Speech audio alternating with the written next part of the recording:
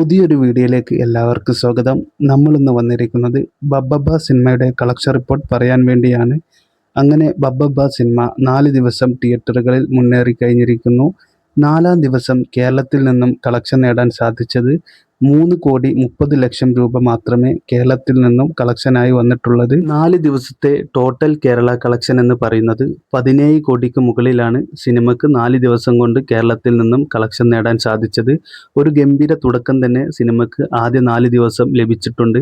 ഇനി അങ്ങോട്ടുള്ള ദിവസങ്ങളിലെ കളക്ഷൻ റിപ്പോർട്ടാണ് സിനിമയുടെ വിജയപരാജയങ്ങൾ നിർണ്ണയിക്കുന്നത്. 4 ദിവസത്തെ റെസ്റ്റ് ഓഫ് ഇന്ത്യ കളക്ഷൻ എന്ന് പറയുന്നത് 1,65,00,000 രൂപയാണ് 4 ദിവസം കൊണ്ട് ബബ്ബബ്ബ സിനിമയ്ക്ക് കളക്ഷൻ നേടാൻ സാധിച്ചത്.